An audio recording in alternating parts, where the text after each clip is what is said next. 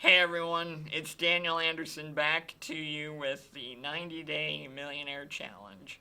Now that we're a little past the halfway point, I wanted to take an opportunity to do a little bit longer of a video and talk about how we're doing, where we are, and where we're going.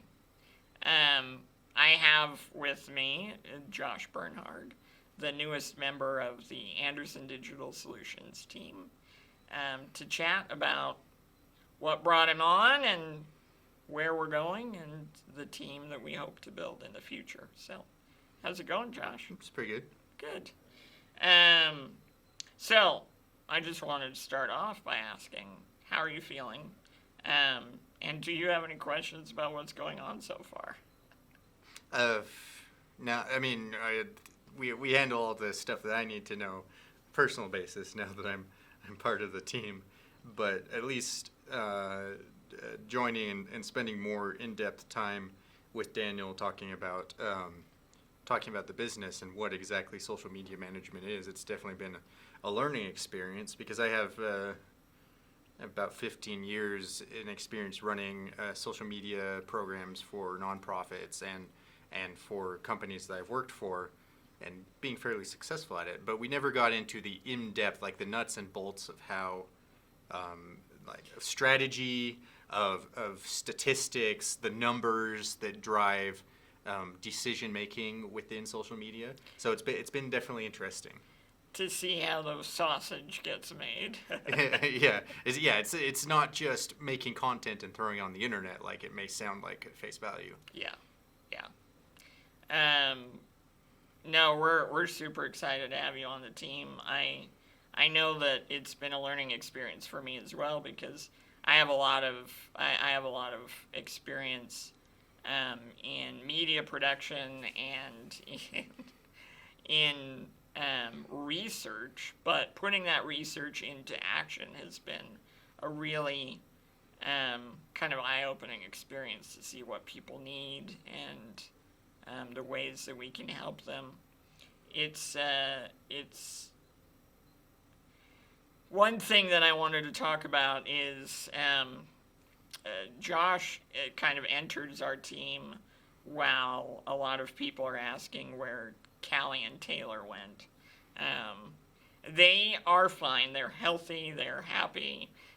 Nothing has happened to them. They're not in a secret closet anywhere. But as I mentioned in a couple of videos, I'm actually in a master's program right now, and they're in school with us, with me. And we just had a conversation a few weeks ago, and he said, look, we want to be able to add as much value as we can to this, but we need to focus on school and get that wrapped up first, and then we can provide more time and energy to the business. So for a little while, I've been doing it on my own, and then I realized I had a perfect partner right in my own friend group with Josh, and we've been plugging along ever since. So it's been great to have you on the team, and I can't wait to see what else we get up to. I'm curious, though, as you've had a chance to kind of get adjusted to the social media content creation and management side of things, are there any things that you've found like surprisingly interesting in your time so far? Things that have kind of become a curiosity for you? I mean, in conversation, we've talked about how foreign it seemed to me the concepts of trying to game the system, learning how algorithms work, and then trying to hack through your media content or the words that you put in your captions or the length of your videos, trying to hack those algorithms or hack the viewer per se. It's kind of a strong way of putting it, but if you're going to manage a successful social media campaign or advertising or anything else, you have to understand what your audience wants and how Yeah. they respond. So And be able to give it to them in a way that makes sense for you and your company. uh-huh. So yeah, that has been very, very interesting for me, seeing how much effort is put into studying these kinds of things. Yeah. The conferences and the scientific studies, and it's not something that someone can take at face value and immediately jump into. It takes a little bit of work. Yeah. Obviously you weren't there in the business right when I kicked off. Are there any questions you have about kind of the beginning of everything? Anything that you've been curious about? Well, you mentioned that you've had a little bit of staffing issues currently. And this is a new business, and the 90-day challenge is a pretty ambitious way to begin a brand new business. Yes. So what are the challenges that or what unforeseen issues have come across your way that may have impeded your progress? Yeah. I think the first main one was we lost about 20 days at the very beginning just from filing paperwork. A lot of people talk about, like, you need to figure out your idea, and you need to figure out your target audience and your customer, and you need to figure out your pricing and all that kind of stuff. But a big part of building a business is actually building a business, a name, getting paperwork filed to be incorporated. And I ended up using an online service to do most of that, and they were great. But once it got sent to the state of Utah, it just kind of stagnated for about 3 weeks. And that prevented us from being able to take on clients because I didn't want them to be writing checks to me personally that I would then have to transfer into my personal bank account or into the business bank account once it was built. And so I had to ask a lot of the clients from the early days to be patient, and only one of them has actually stuck around. Floss Cotton Candy has been great. Our very first client, they've stuck around, they've been really patient with us, and they've really believed in what we were doing. But it meant that throughout that process, and throughout just the fact that we're new, and some companies were a little bit more nervous about whether we could deliver on our value add.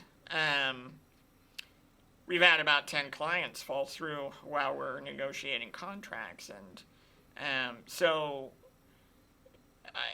I hesitate to say the government got in the way, but the government got in the way, and kind of really set us back in the first 30 days, so that we almost made no tangible progress during that time. Now we're halfway through, and we're getting some good momentum. We're delivering for our clients. We're getting out there now that we are building a track record. We're trying to get more clients through the door. But that really hamstrung us at the very beginning. Obviously, the team dynamic shifting and evolving over time definitely took a toll. Just getting creative with how we're going to delegate and all of that kind of stuff. A business becomes a lot more overwhelming when you're the only one working on it. Which is part of the reason why I wanted to start my business and offer the social media services that I do, because I realized that when you're the sole operator of your own business and you're doing everything, suddenly you have no time for anything, and that's kind of what I ended up feeling at partway through. But we roll with the punches. We keep going, right? And then the other one is really just I am not I have no business degree. I don't have any fancy Harvard education or anything like that. I have been having to teach myself the principles of business as I go along, reading books, listening to podcasts, making sure that I'm paying attention to what matters in the business.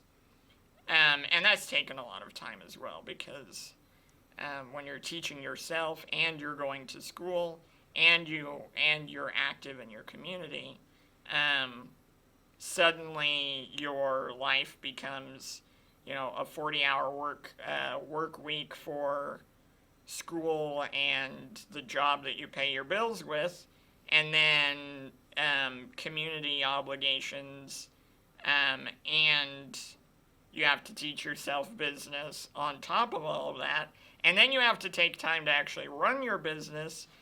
Your weeks very easily turn into 100 or 120-hour work weeks, which has been an interesting thing to kind of navigate. But I think the single most important thing that you can have as an entrepreneur is hope. You just have to hope that things are going to work out. And you work towards it. It's not just you kind of crossing your fingers and praying that things are just going to fall out of the sky. You have to work for it. But if you can hold on to that hope, you can take these challenges and you can push past them and hopefully make them work for your benefit, or at least compensate for where they kind of screwed you over. So this is something I think isn't talked about enough. I mean, there's plenty of media out there talking about starting small businesses, being like the only way to be truly free is to be the master of your own capital, of your own income, work for yourself, self-employment. And, and there's all kinds of people out there doing the podcasts and the books saying this is how you can get rich. But nobody really talks about the emotional toll or the personal toll necessarily, or the unexpected roadblocks that will be thrown in your way that you have no control over. Like the best laid plans will never stand in the face of government paperwork, obviously. So, no, I feel like that's good to have an honest discussion, especially if other people are interested in getting into their small business. And your clientele is mostly small businesses. Yeah. So, being honest with your clients is a big thing, especially being honest with people who may be inspired by something like the 90-Day Millionaire Challenge. Yeah. The reality is building anything quickly requires a huge amount of personal sacrifice. And I was having a conversation the other day where I said, if this doesn't work out, well, actually, I was asked the question, if your business were to crumble into nothing tomorrow, would you have any regrets? And I'm like, wow, that's a gut punch of a question. My goodness. And I answered no, but I would have a ton of grief. Because when you're this invested, when you've sacrificed everything to build a business, to build your independence and freedom financially, and if it were to just disappear tomorrow, I wouldn't regret not doing anything. I wouldn't regret this experience, but I would be grieving for a while if that happened. And I think that's the core of being a good entrepreneur, is make sure that you have no regrets and make sure that you're sacrificing enough to where if it disappeared tomorrow, it would be like a death in the family. That's how much that you put into it. You know what I mean? Mm-hmm. Not to get all sappy and all that kind of stuff, because it's been great, but sacrifice is the name of the game. Entrepreneurship, yes, it's about controlling your destiny, and it can be a really romantic concept, but ultimately it comes down to what are you willing to sacrifice to make it happen. And if it's not pretty much everything, I'm not here saying that you should go around like sacrificing your family or anything like that. There are things more important than business. But if you're not willing to sacrifice who you were or the time spent on entertainment or Netflix, or if you're not willing to sacrifice a little bit of your time and energy and sleep, have a firm conversation with yourself, because that's the conversation that I had to have day one. Was what was I willing to give up for this? And I basically said, if I can build a business that is able to give me the life that I want, and in the process somehow help my community, or inspire other people to go after their dreams, then I would be willing to sacrifice the comfort of the comfort zone, right? Which everybody talks about, no growth in the comfort zone and no comfort in the growth zone. I think that might be a little oversimplistic, but right now I'm feeling it. So you bring up that business is a lot about hope. What's kind of your hope for the future? Because you're about halfway there through the challenge. What do you hope to accomplish by the end of the 90 days, and I guess beyond? Because 90 days isn't the end. It was just a goal that you set. It was just the beginning. Yep. So yeah. The initial goal is still build $1 million business by day 90. I still believe it's possible. We're kind of in the dark hour of the night right now, where things are looking a little difficult. That's looking like a bigger and bigger challenge every day that we go on.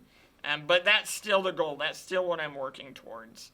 And if we build $1 million business, not if, but when we build $1 million business, even if that's not within the 90 days, even if that's after, even if I fail this challenge, which I still think we have a shot of succeeding on the challenge. But even if we don't, it's going to become $1 million business, and it will likely be $1 million business not too far after the 90 days if we don't meet that goal. So that's goal number one: build $1 million business, and then once it's built, really take stock about providing as much value to the customers that we already have. Kind of take a step back, not be as aggressive in trying to find new clients, but just really focusing on making sure that we're building up the small businesses that we're working with, because it's a hard time to be a small business these days. You're competing with so many different people that have way bigger budgets than you do. And I started Anderson Digital Solutions as a hope to be able to give those businesses a shot at getting really good social media marketing and digital marketing that would be on par, would be able to help them compete with bigger names and bigger brands, but in a way that is that fits the budget of a small business. You know what I mean?